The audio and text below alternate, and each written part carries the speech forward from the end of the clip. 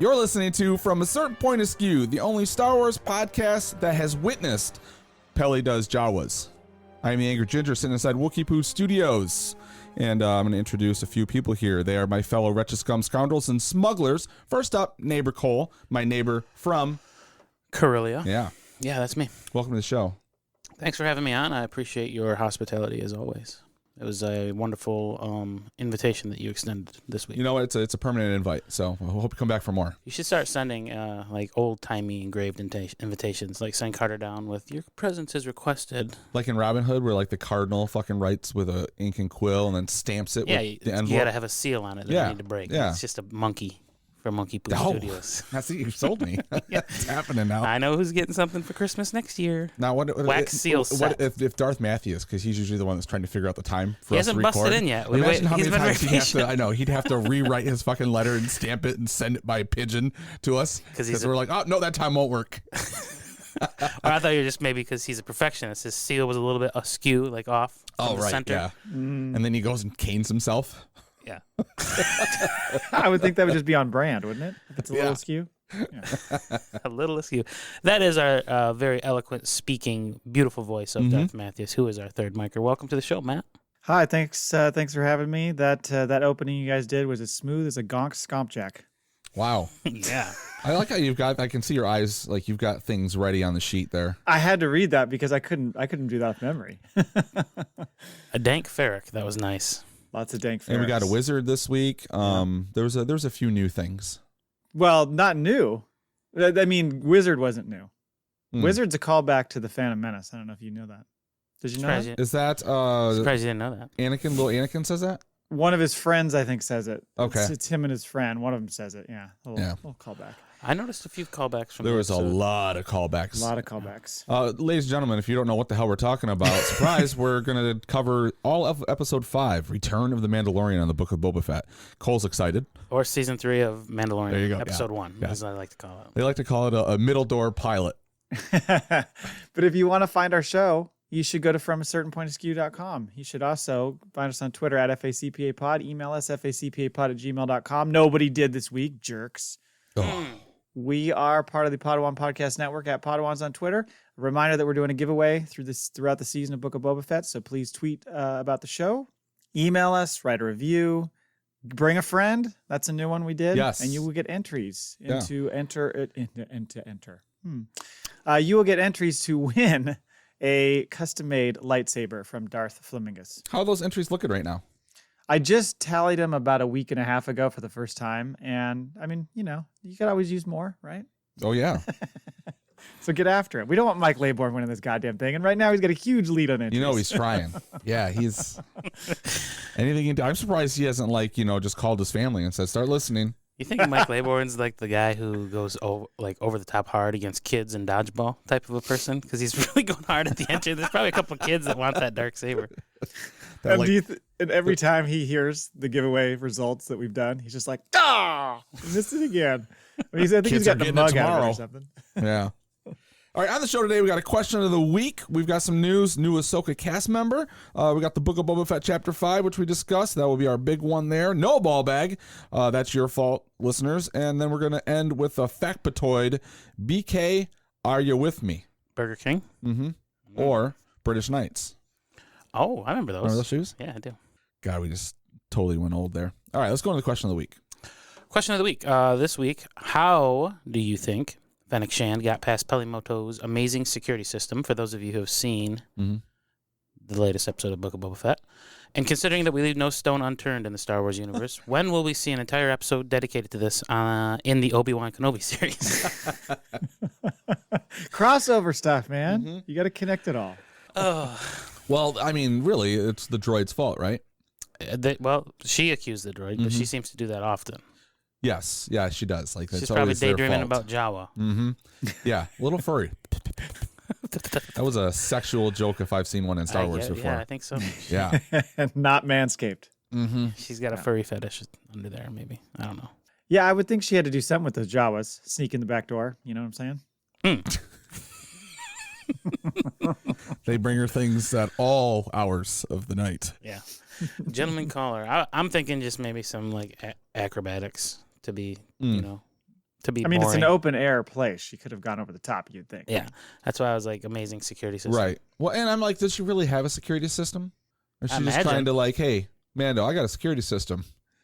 Okay. I don't give a fuck. Trying to humble brag a little bit. Yeah. Oh. There was a part of him that was like, wait, who? There's a girl here to see me? What? Yeah.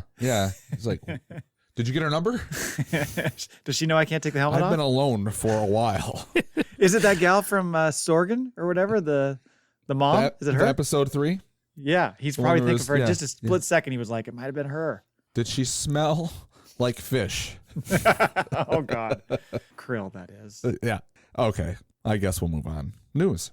Yeah, just one item, and that is that the Ahsoka show announced a new cast member. So Mary Elizabeth Winstead has been announced. I know her from Scott Pilgrim versus the World, Yeah. and I'm sure you could rattle off a bunch of other credits because she's done a bunch of stuff lately, right? What else has she been in? The most recent thing that I saw her in was Kate on Netflix. It was like that John Wick movie where she gets poisoned, so she has like 24 hours to find out who the fuck poisoned her, and she just goes after the Yakuza.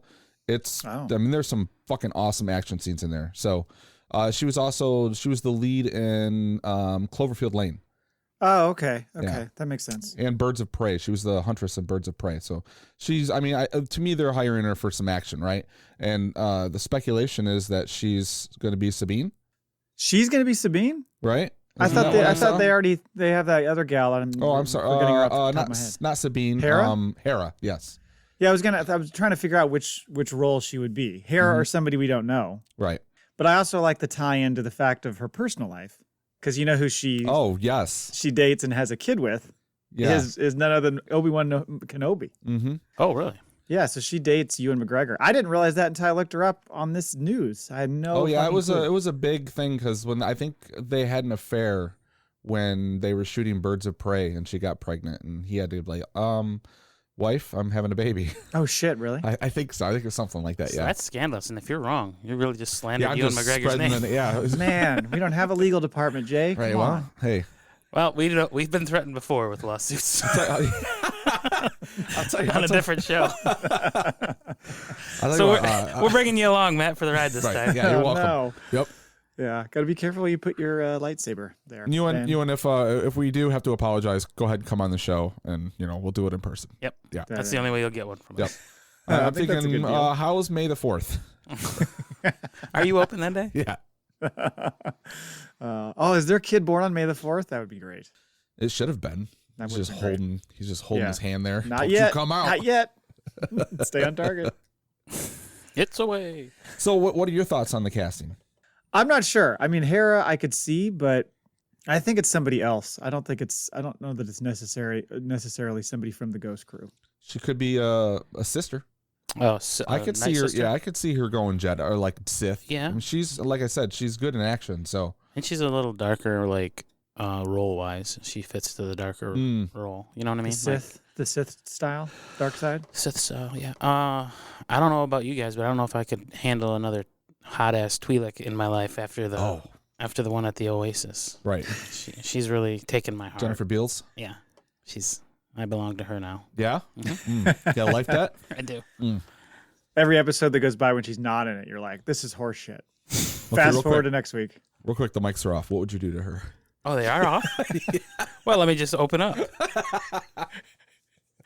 That last outfit she was wearing, top Yeah, notch. yeah, something real pure about that. What was the meme that they had out there? It's like when you show your wife or your dad bod, it's a picture of her like with her hands clasped and she's smiling. She's like, "That's wonderful," or something. I Yes, can't whatever remember that what she line says. is that she Yeah. gives. Yeah. That's when you're showing off your dad bod to your wife. Well, should we get into the Mandalorian? I I'm mean, ready. the Book of Boba. That's the one. That's it.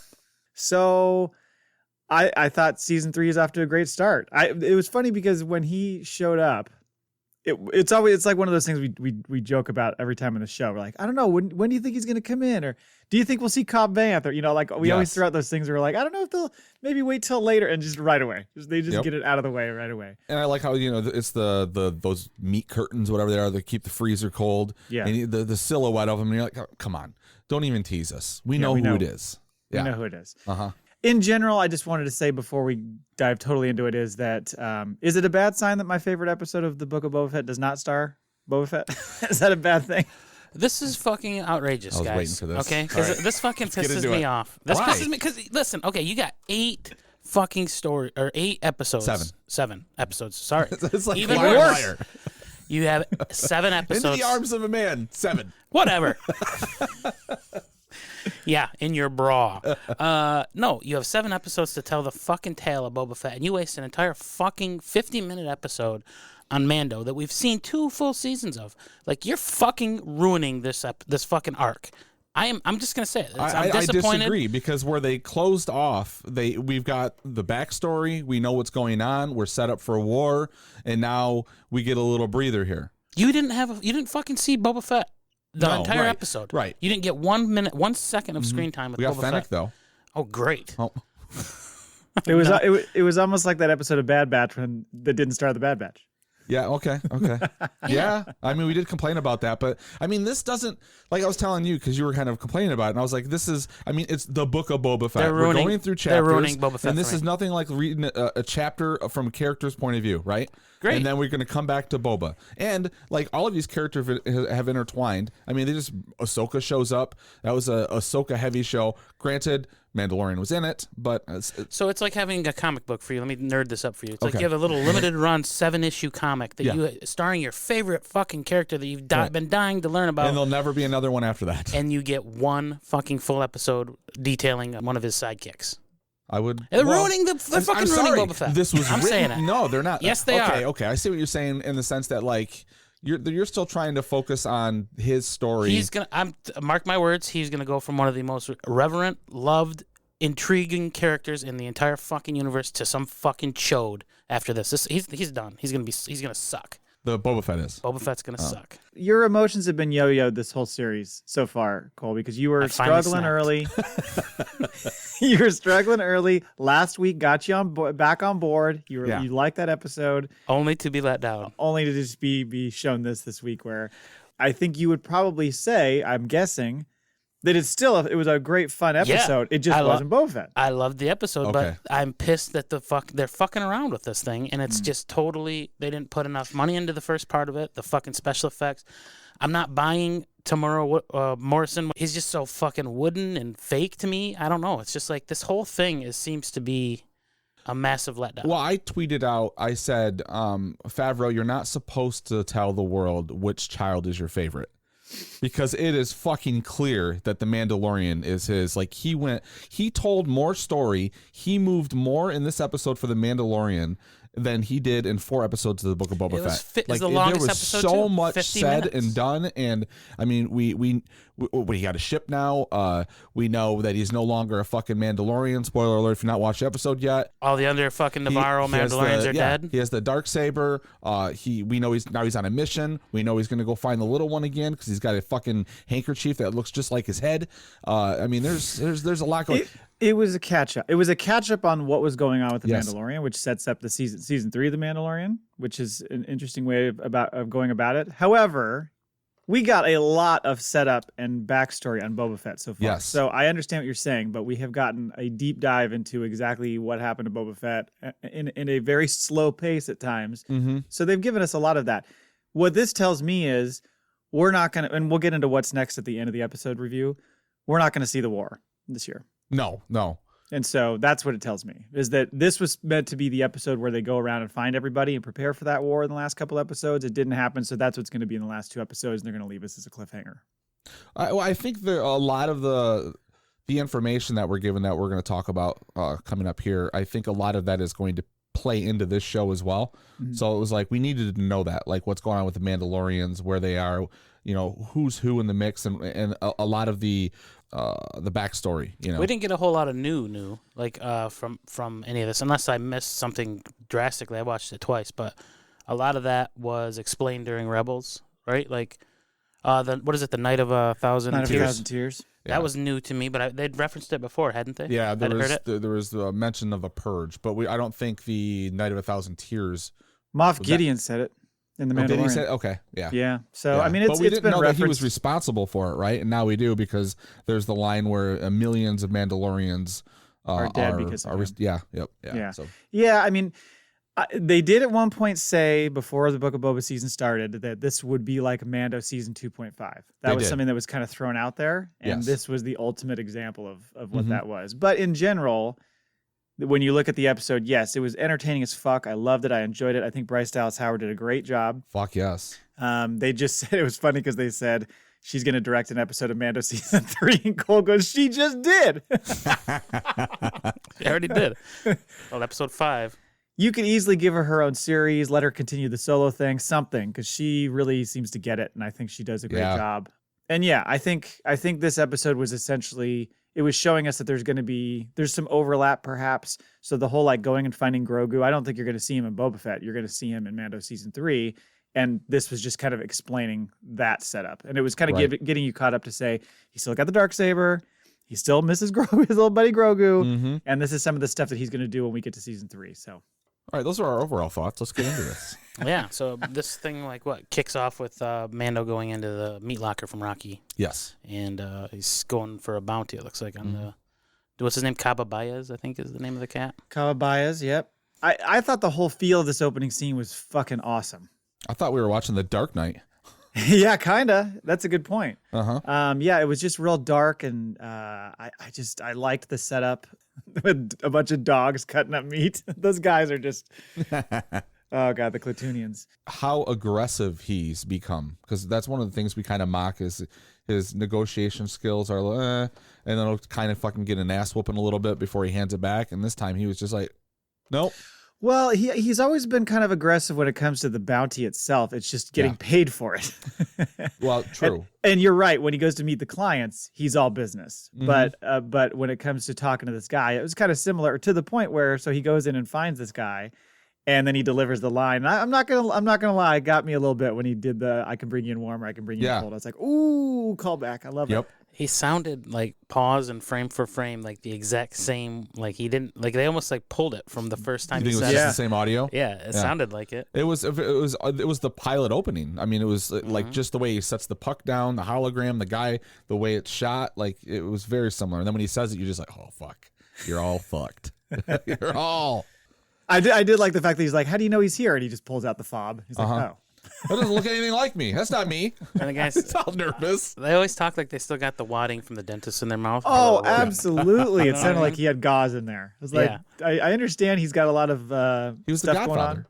Going on. Yeah. Oh. Bet you he has a bad case of sleep apnea. Pugs have deviated septums. He is a pug. It runs in their race. But a great fight scene. Yeah. And I watched back, and something we'll talk about later when we get into the Darksaber stuff. But when I watched back, I really paid attention to, was he struggling to swing that thing around as much as I thought? I know he cuts himself, and that was kind of part of it. But to me at the time when he cut himself, I thought, finally, because we've never ever seen a Jedi fuck up and accidentally slice something, which should have happened at some point by somebody accidentally. I know the Jedi are, really skilled. Mm-hmm.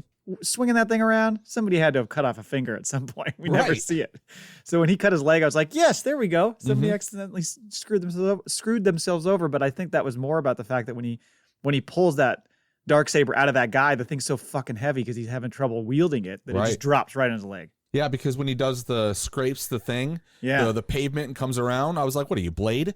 Yeah. He like fucking come in my circle, but he wasn't. He was having difficulty carrying the saber. Really off balance when he was doing his swinging, and so I didn't notice that the first time around either until I watched it again. Yeah. And then when he just fucking comes through old boy after he stabs him and lays him on the table like it's a broadsword, like Conan, he just comes through and you just see him slice him. I was like, holy shit! Yeah, finally. that was pretty intense. And then when you see the scene from outside and then the slice again, you're like, he's taking his fucking head cut his head off. Yeah, I know. That's exactly right. He comes out with a sack and I was like, please drip. Dripping. Please. Like I just wanted, dripping. I had a bit of a premonition that I don't know if it's going to come true or not, and I don't know why. Yeah, Boba Fett was going to be in this episode. Led me to... Wrong. Don't push my buttons, Jay. Okay, it's not good to have a race car in the red for an entire episode.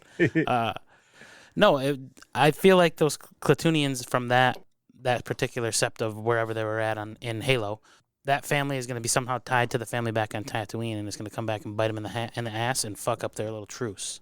Oh, you think so? Remember, they're so heavy. They like went around the table and they made sure that they got the "I abide" or "I agree" or "I concur." Yes. And I feel like they're going to find out that that Mando killed that dude, the And butcher. we don't know who the bounty was from when they ask. He's like, I'm just here for my payment. Well, it was she was speaking Huttonese. It was My horn. it's a very important client. She was speaking Huttonese, so I don't know if she was related to the Hutts somehow. I couldn't get a really good look at her, but she was odd looking. She really wanted to invite him down for dinner. Yeah, she did. She was very upset. She was very upset. Yeah, he didn't accept. He's like, I can't take my helmet off again. Okay, I'm going to get in trouble soon. Yeah. I can feel it. Yeah, but you mentioned Halo, which I believe that Halo pulls from the same thing that they said this is pulling from, which is that Larry Niven Ringworld book. Yeah. And so that world looked badass. I thought that was pretty sweet the way it looked. The fact that it had like the sunlight would hit it for just a short period of time and roll it was like through. rolling through. Yeah, and you got that real like it's kind of my favorite Star Wars is that like cityscape kind of dirty look, that we've seen in other shows. I love that feel. I kept waiting for Cortana to tell me to go on a mission somehow. It was also like what was the movie with Matt Damon, Elysium. Kind of had that similar deal where they had the thing that was kind of outside of Earth and like. I remember the trailer. I know what you're talking about, but I never saw the movie. Yeah, it was like that as well. So he gets his money from the clients because he's not fucking around. Just give me my goddamn money. And so he gets that, and then he wants to go down to access the substrata of the world is called Glavis, I guess. That's what I found on Wikipedia. Okay. And so then he heads down there and he starts finding those symbols. And when you see the symbol above the last door, did you immediately go? It's the armor is going to be in here? Because I did. No, I didn't think so. No, I didn't know what he was going to look for. I was like, it's got to be the armor. Really? Yes. I didn't know for sure, but I was like, fuck, man, it's got to be her. Was that the information that he wanted? The information he wanted was just to access the substrata. He just wanted to be able to find out how to get to the underneath, basically the underneath part of the world. Okay. And so when he did, because they're kind of on the back side of that ring, they're not on the top side when he finds her. But I just thought with that symbol, I didn't necessarily know it was going to be the covert and Paz Vizsla was going to be there and all that stuff. I just thought we might see her because, I've been waiting to see her. I really like that character. So that was pretty sweet. And she was just sitting there, crisscross applesauce, meditating, looking out into space. It was a pretty cool little scene to come up on.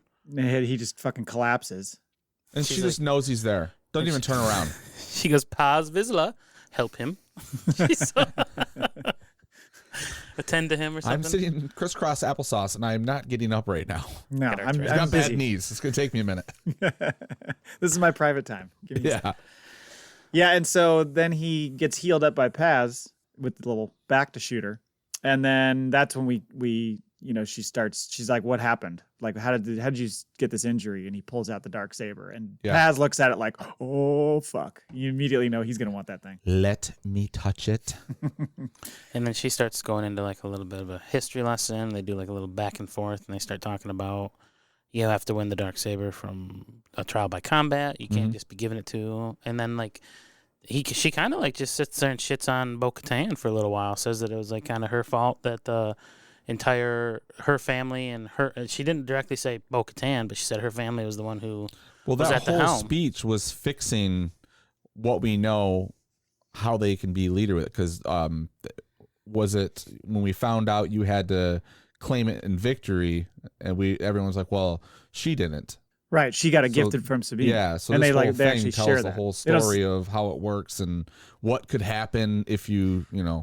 Yeah, and it makes you wonder because Bo-Katan was Deathwatch at one point, which is what these people are meant to be. These kind of this kind of extreme cultish sect of the Mandalorians that the armor is a part of. Right. You wonder if there's a bit of kind of scorn there, like, fuck you. You were part of us and left us, and then try to rule Mandalore. So yeah, it's all your fault. You know what I mean? Yep. I think there's a little bitterness there. Yeah, there is. Yeah. Yeah, because she said that her sect was I have it written down here somewhere. They were on some moon when all that shit went down. That's why they survived. Cloistered on the moon of Concordia when they just survived the Great Purge. Yeah, but I mean, she literally says, she's a cautionary tale, blah blah blah. She was gifted it and then tried to rule, and that obviously doesn't work. And then she cursed us. She's really putting a lot on Bo-Katan. Yeah. And the whole time because Mandalorian said, do you know do you know a Bo-Katan? And then she kind of goes into it. So do you think Mandalorian's like, I thought she was all right. Yeah. I'm gonna keep that to myself right now. She's kind of my buddy. She's the one who told me I could take my helmet off. Yeah. By the way. Yeah, so I thought that whole breakdown was interesting to just kind of show that chasm between those two sects of the Mandalorians, that she's basically putting it all on her, which then you're also like, well, she says something at one point about, oh, well, only the people who follow the creed or whatever or walk the path survived. Well, Bo-Katan's still alive. So you can say if you're going to blame her for fucking everything up, you can, but she's still around. So she still survived. So I don't know. She's wily. But then she goes into the Purge and then, like you said, the Night of 1,000 Tears. And man, that was awesome. Those visuals were fucking amazing. The TIE bombers just laying waste. Fucking haunting too. Like, I mean, you're witnessing genocide. Yeah, absolutely. Yeah. And then those K2 droids or whatever at the end, fucking looking like Terminator the fucking Terminator. Yeah. Yeah, I said the same thing. Yeah. It looked like IG-11 and the probe droids were like scouting them, and they were down on the ground shooting them up. Yeah. That was I thought that was incredible. I want to see more of that. In fact, when I saw this, I was like, remember a couple weeks back, you were like, Katie Sackhoff, Bo-Katan might be getting her own show. And I was like, why? And I'm like, oh, I'll watch all this. Yeah. From her point of view. Yeah. Yeah. It was pretty wicked to see those TIE bombers just destroy everything. And then the robots at the end, it was cool. But yeah, so then he kind of shares at one point too about how he got it from Moff Gideon, how Moff Gideon will face justice by the New Republic. And Paz was like, should have fucking killed him. He's not happy about it. But then she wants to forge. They set up the forge so that she can. And she's like, you can't have that Beskar spear, dude. That's our shit's for armor only, not for weapons. Which is kind of Jedi-like in a way, train for defense, not attack, that kind of deal. She better have made something else other than that little fucking. There's a lot of Beskar. There's a lot of Beskar there. Yeah, she only like took a foot off the tip there. Oh, did she? Yeah, she was just warming. Okay. When she was like. Yeah, it didn't look like she melted that whole thing down right there. What do you think they made? Chainmail. Right. Just a little chainmail for just to go over Grogu's his shirt. Okay. Go over his potato sack coat. Under his coat. You typically wear the mail under a coat. Or maybe a helm. A little helmet. Tennis bracelet. A collar. It's a collar. Mando's the dom, he's the sub, so he leads him around by a little Beskar leash. I was thinking it was more like, the thing I've brought up before, you put the toddler on the leash at the park so it doesn't run away. Oh, so it's just like a little fucking backpack harness. Grogu, back here. Just pulls on him. It's a little sack, like a little chainmail sack for him to put his little ball in that he stole from Mando's razor. That's all. That's all it is. Yeah. I got you something. Oh, thanks. It's like when you get something for Christmas and you're like, well, yeah, I guess I needed that. Not really. So it's Gym socks. It's a chainmail purse, basically. Purse, yeah. Okay. Gives new meaning to put your balls in this. But yeah, we get the idea right away. He's still thinking about his buddy. Yeah. And he says, I want to make something for a foundling. And she's like, but he's with his own people now. Like he's kind of doing that Jedi thing. But she kind of agrees to it anyway in the end. Okay, I'll make something for the foundling Grogu. She actually says that. They kind of do a compare and contrast to the Jedi versus the Mandalorians. Like that's the opposite. We're solidarity and I don't know what loyalty. else he says. Loyalty and solidarity. They're just independent, like no attachments type of a thing. But including Grogu as a foundling though makes him Mandalorian. Right. But can you be a Mandalorian if your mentor and the guy who brought you in is no longer a Mandalorian? So like if you're trying to get into like a country club and like the person who recommended you and referenced you has now been booted, are you still able to get in? He's gonna have to go earn, plus like who says he's not just because he took his helmet off? Because God forget her name. Bo-Katan. Yeah, that's what I said. She's still a Mandalorian, right? But not according to the armor. Right. Well, who made the armor fucking Mandalore's god? I don't know. Yeah. It's probably the highest I think it's just the extreme wing of the Mandalorians. Like, so. But he's going to take it serious and go find the fucking lake in a mine in Mandalore. My thing is say, fuck them. Like there's two of them left. Like who? Right. He should have killed them both. And you just killed a third of your membership by kicking out Pedro. Well, the fact that first she's like, you guys want to duel? Go ahead and duel. I'm like, is that a good idea? Because like you said, you only have 3. You want to knock yourself down to 2 that quick? She says, rules is rules. Gotta follow creed. Yeah, that's what it is. Yeah. I don't know. It's like, hey, lots of Catholics use birth control. We got to adapt to a new world here. Come on. Nice reference, man. That really tied the room together. Yep. But yeah, you do get the scene where he's training though, right before that, and that's where you get all that information about how it's heavy and how. Some of that was sort of referenced in Rebels with Sabine. Like she was saying how the weight was really heavy and they didn't get into it quite in the same manner. But they're alluding to the fact that it's really your mind that's controlling the dark saber. And so if you're not of a clear mind or whatever, focused, you're distracted or whatever it is, the thing, it gets heavier and heavier as you try to use it. So yeah, he trains with the armor a bit, and then Paz Vizsla comes out of the shadows and like, maybe I should be the one, Right. wielding that thing. And Because Tar Vizsla is the guy who made it. That's his house. So he's like, come on. correct. So they have a little duel, and it turns out we were speculating that Paz Vizsla had subpar Beskar, or what he looked like he had poor, not as good quality of Beskar, but it was holding up against the Darksaber. Yeah. So Right. I guess maybe he just had a paint job on his. Mm-hmm. Maybe he didn't like to be all fancy and show his shit off like Mando did. Well, and then, they get to the end and she's like, okay, that's good. And then asks about the helmet. And he pauses like, what do you mean did I take my helmet off? Right. It's like he's Who like told trying you? to stall. She's like, you got to say it. You got to swear the oath. So once I was infiltrating an Empire base, so I feel like that doesn't count. And then the other time, my little buddy wanted to see my face before he said goodbye. Is that a Right. big deal? Like, have a fucking heart armorer. I don't care. And then fucking Paz right away. Get out of here, apostate. He fucking gives him the apostate fucking I know. speech. Like, holy moly. Yeah, it's very very little wiggle room with this crew. Did you catch on that he was going to challenge for the blade? Like when she hands, he's like, you're like, oh, this isn't going to go well. No, Well, they had he always was had eyeing that thing the a whole bit time. of dick measuring Yeah. between those two. And then like she's like, well, the only way to, the rumor has it, you must be redeemed in the mines below Mandalore, in the waters or whatever. Yeah. I'm thinking to myself, why don't you purify yourselves in the waters of Lake Milton? Fucking Prince popped right into my head. I started fucking busting up laughing. So yeah, the fucking the heretics are down to 2. Like they're Right. fucking like there's only 2 of them left, unless there's more in hiding. You would somewhere. think there's probably more, but yeah, you're certainly not helping your numbers. But I just love how she says that's the only way to be redeemed. He's like, but they were destroyed, and she's basically like, not my problem.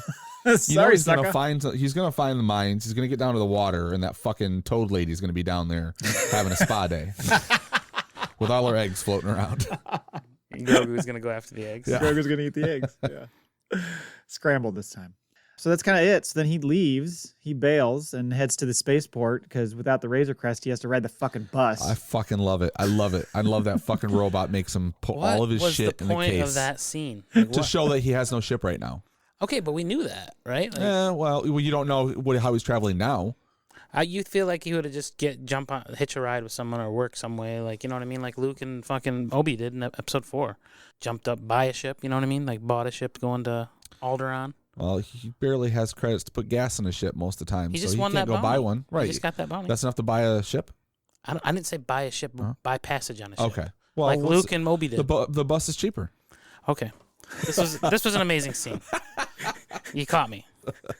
I needed to see him lay out his weapons in, nice detail, and then It was kind of funny that he had to keep going. Like he just Yes. kept pulling shit out. yeah, that was a bit comical. I thought that something was going to get stolen, or they were going to Oh, the lose his dark bag. saber for sure. Yeah, like I thought that someone was going to be watching him and then take the dark saber, and that was going Okay. to be that, and then we'd have to go after it on a chase. Mm. But it never happened. No, he still got it.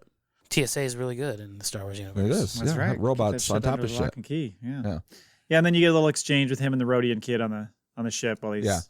Yeah. So then we go back to Pelimoto, Yes. which there is a lot of Pelimoto in this episode, and I'm Boy. sure that could grate on some. I did think she had a couple funny bits, but for the most part, she's talking a lot in this episode. she does. She's just a fucking She motor got a mouth. But you know million what? Like it lines. was almost like 2 episodes. Yeah, Because like the second we land, it's a completely different show. But I loved it. I love the fucking montage building the Naboo ship back up, and her fucking. I got all the parts right here. She's like dropping shit and pulling a hose, and you just showed up early. Yeah, I love the what an entrance when he shoots the thing. Yeah. Oh, and we see a BD droid. Yeah. So if you guys have played Fallen Order, I figured that's what that was from. yeah, that's what that's from. Even to the point where at one point he's like, "Where does this panel go?" And it does that scan thing. That's straight out of the video game. Oh, okay. All right. Yeah. Oh, and then it does the little shuffle. I was like, oh my god, Yeah, that thing his is so little puppy. fucking cute. It's like bouncing, like it's so happy or whatever. Yep. So now everybody's like, "So when's Cal Kestis going to show up? Because if he fits into this world and is canon, then he should be also." So that'll be interesting to see if they ever bring him in. I mean, that character was literally based on an actor. Yeah. It looks just like that actor. So that it'd be easy enough for that actor to come and play. What's his name? Cameron Moynihan? Monahan? Not Moynihan. Who are we talking about? Cal Kestis. Cal Kestis is the Jedi in Jedi Fallen Order video game. Oh, okay. And the guy who did all the motion capture, and it's based off of him, he's one of the. You ever watch Shameless? Yep. The redheaded brother, the one with all the mental issues. Okay. The one that comes out as gay in the first episode? Yeah. Okay. He's the one that he played that whole role. And they just this week announced they're making the second game. Yeah, they're making a sequel to it. It's a great game. And in that game, he has this little buddy called BD1, which is just like that little robot. Is he he's a Jedi? He's a Jedi. Yes. He escapes, Order 66 Oh, and he's off on his own. is that for PS4? Maybe I'll pick that up and play it. It's a great game. It's worth it. Well, I heard the game is the mechanics are kind of, but the story is amazing. I thought the mechanics were pretty good. I don't know. Okay. The story is very good, and the story ties into a lot of stuff. So it's worth playing that. Is game. it like an RPG or what is it? MMO RPG or It's like a full Single story player. mode type single player campaign? game. Like a campaign. Yeah, it's thing? like Halo, but Yeah, you're a it's Star a Wars campaign. guy. Okay. Yeah. Cool. I'll check it out. It's got a cool story to it. I enjoy that game. If you get it, I'll come over and play it because I've never played it. No, There you go. can't. I'll just peek through your window. Looks fun. You didn't charge my controller, Cole. Yeah, so one of the things that's appealing to him about the Naboo starfighter is she's like, it's off the grid because it's, old ship and all that. And so he's like, fine, you want to put it together. I'll wait and see what you got, but I still would really prefer Razor Crest. He mentions Razor Crest like 4 or 5 times, and she's like, "Why do you want a Razor Crest so bad?" Like she keeps saying like that, like it's so outdated or whatever. But I like the little BD Mando father-child flashlight scene where BD is like, he's like, no, a little higher, no, just right here. Like, and it Was gives- that dialogue the same as Han and Chewie? We pointed over here. No, he's like higher, just a little higher. He said a little Will you higher like a focus? couple times. Isn't that in when they're trying to fix the Millennium Falcon? I could have swore that was very similar. No, I don't think so. I'm not sure. I don't remember. This that one exactly. goes here, and that one goes there. That's on Chewie. the Hoth, I think. Yeah, that's an Empire. Yeah. So, the whole like Jay mentioned, the whole montage scene of them kind of putting that shit back together. I mean, it comes out looking pretty fucking sweet. Like in the end, when they put it together, it looks awesome. You get, of course, the ridiculous. I used to date a Jawa. They were very furry joke from Pelimoto. Although I always enjoy when Jawas are on talking because I've said that before this season. Yes. I love listening to Jawas talk. So it was kind of fun to do it. And even her doing the Jawa thing wasn't as bad as when she was talking to the frog lady last season on Mando. Right. That was like off-putting. This time it was just her doing these little like noises, and I was like, oh, well, that kind of works. She's a fun character. Like I don't know if I'd want like a whole show wrapped around her, but she was entertaining. Well, the Pelimoto series that you were talking about. Exactly. Yeah. So he was kind of intrigued about how like the Jawas operated, and like she's like they get her everything she wants, and all they do is pick through a dumpster. Like what's in that dumpster? Oh no, they're fucking like robbing carburetors off cars at night. Well, yeah, well, Bike stuff. Yeah. yeah, they went off, and then they mentioned they were very deliberately mentioned this Pike Syndicate and how like the Pike is ruining Tatooine. Yeah. But did you guys notice the part that they came back with, and have you seen it before? Yeah, it was the compressor when they're getting the dumpster What's that? in New Hope. Yeah, the garbage compactor. Yes. It's And on the the detection level. cryogenic density combustion booster. Yeah. That's what it's okay. called. I had to write that down. Yes, same fucking thing that Han used. Or a pipe with some grip on Get it. on top of it! He's yelling at Leia. But he says that to her a couple more times later on in the before. We're all going to Kylo be a was- lot you- thinner. Did you get the line where she says, "I've never been off planet before," and I Yes. was like, "Oh, she's going somewhere later on." That seemed like a tease. Yes. Yeah. That just seemed way too foreshadowing. Which, by the way, wasn't it kind of refreshing to be off Tatooine for a little bit, even though it was the Mando story at the first half of this episode? Yeah. It was so cool to be back in space again. You know what I mean? Yes. I missed it. So then he's like, going to take this baby for a test drive. And, well, one thing is she says she hogged out the droid port. Is that going to be a little spot for cute little Grogu? That little I bubble think so. behind him? Hogged out. You got me. I'm like, what the fuck? What are you doing to that thing? Hogged it out. I'm gonna start using that in my day to day.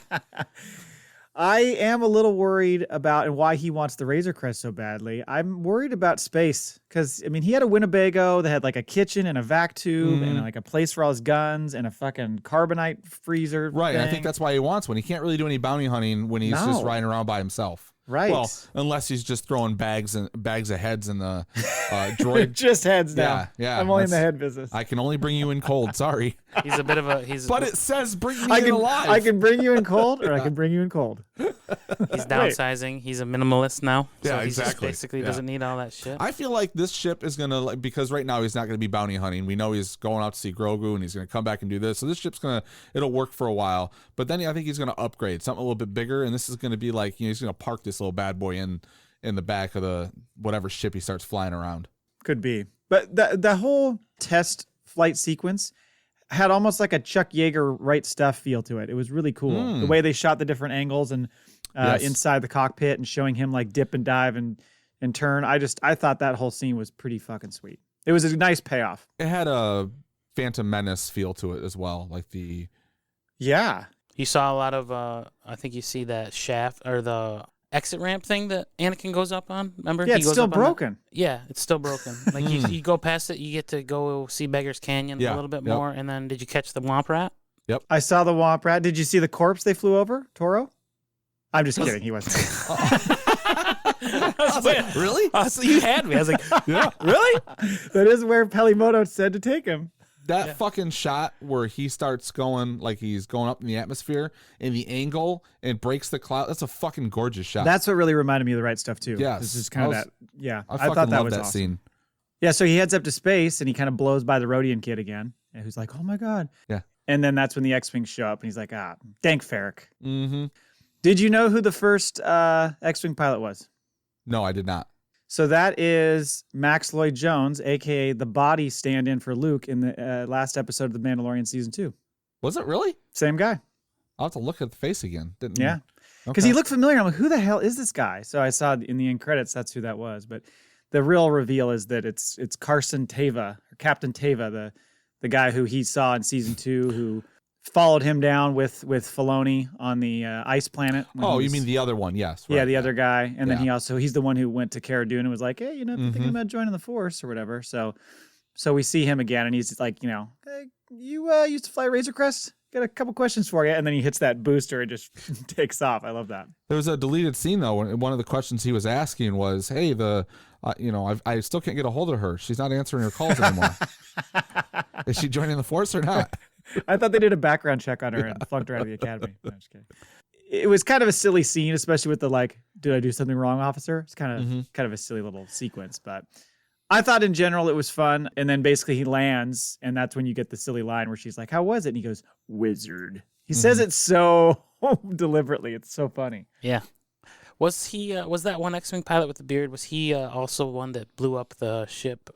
Was he one of the three attacking? No, those were just the three directors, right? No, Right. It's funny because the consultant was trying to make this argument to me, and I was like, that's different. That was Filoni, Deborah Chow, and Rick Famuyiwa. Yes. It was the three directors that were all Yep. that all did that scene. But yeah, no, he was different. He was later in Season 2.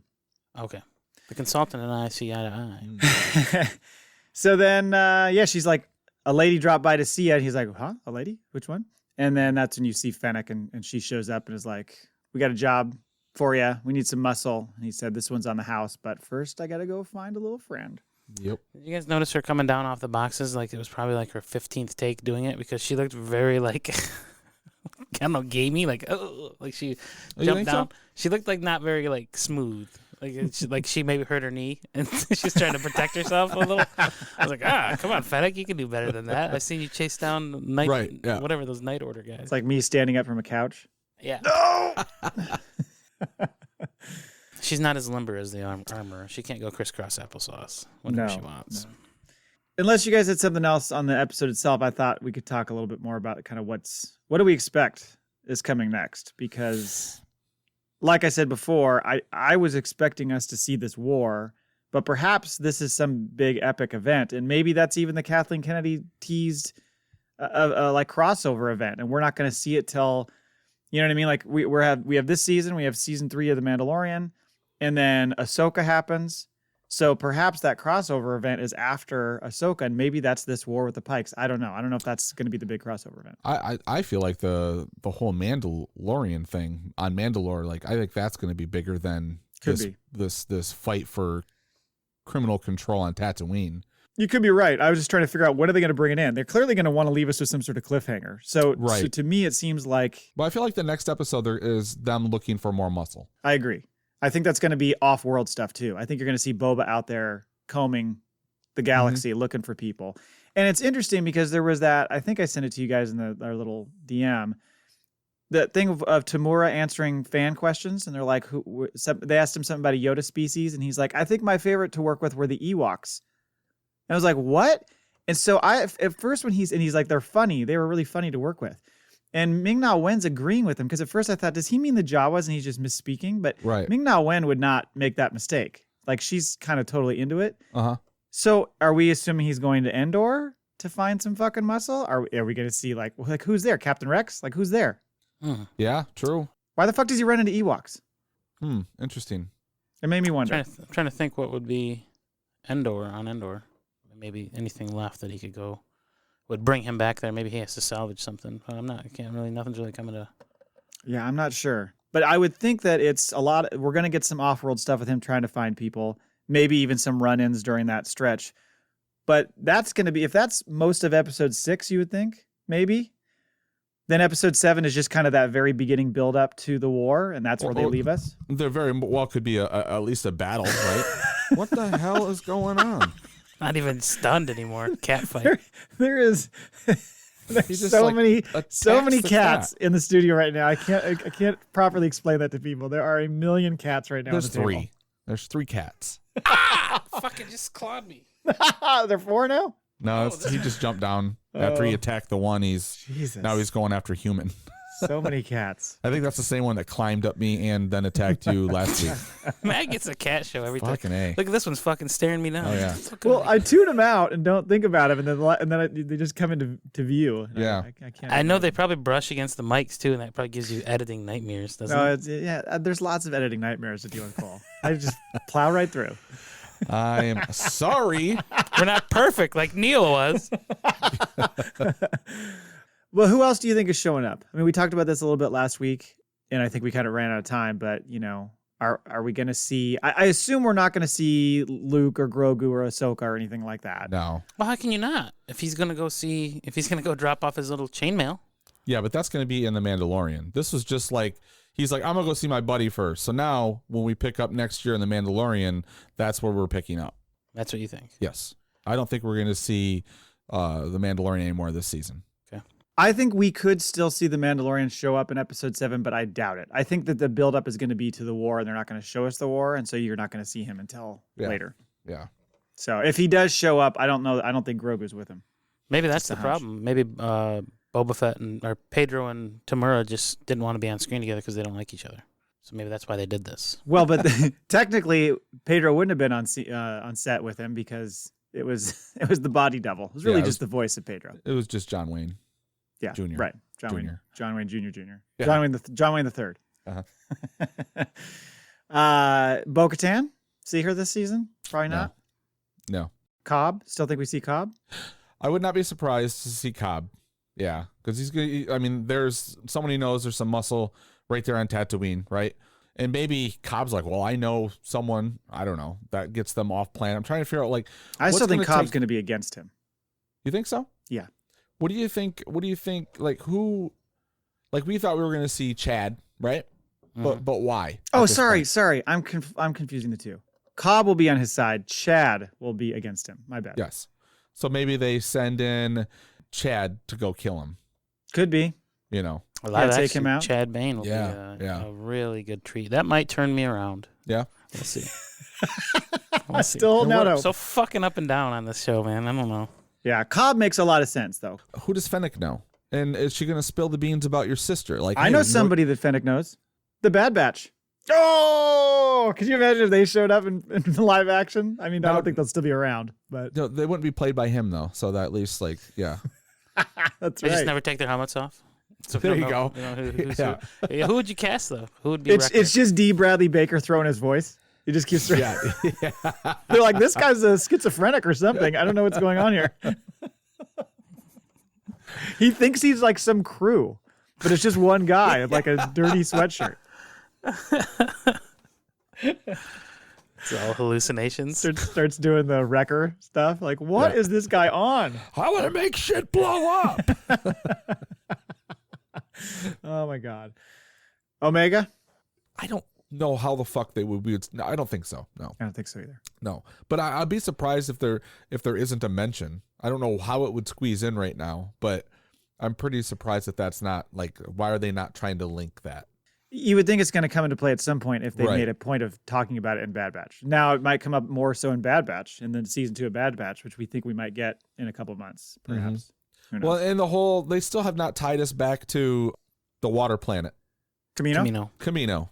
I mean, they've relived those moments quite a few times for what? So there seems to be some. We have to have a link there, I thought about that the other day. The only thing, because I just sit around and think about Star Wars, right?